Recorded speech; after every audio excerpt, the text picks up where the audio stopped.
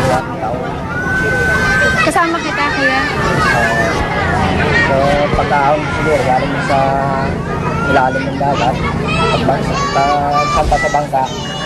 pagsampa sa bangka, kayo na rin yung naghihimay niya.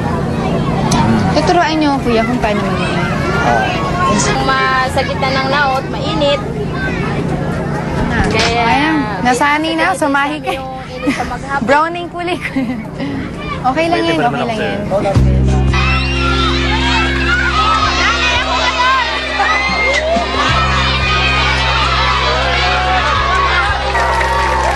Okay, Angel, welcome sa Talabahan. At ito yung first challenge mo. Kasama natin si Daddy, syempre, sa gitna ng laot. Daddy, are you ready? Kayang-kaya mong alagaan at turuan. Pagpasensyahan. Pagpasensyahan. Pero ano yung mga tips mo, Daddy? Yung importante yung guantes, no? Maalon ba sa gitna ng laot? Okay lang. Samahan kita. Pating, may pating ba tayo dyan? Wala naman. Okay, Angel, ready? Ready na.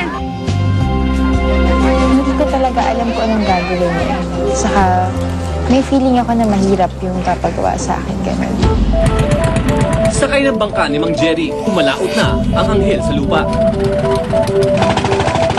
Sa di kalayuan, matatanaw na ang lugar kung saan hina-harvest ang mga cultured tahong at talaba.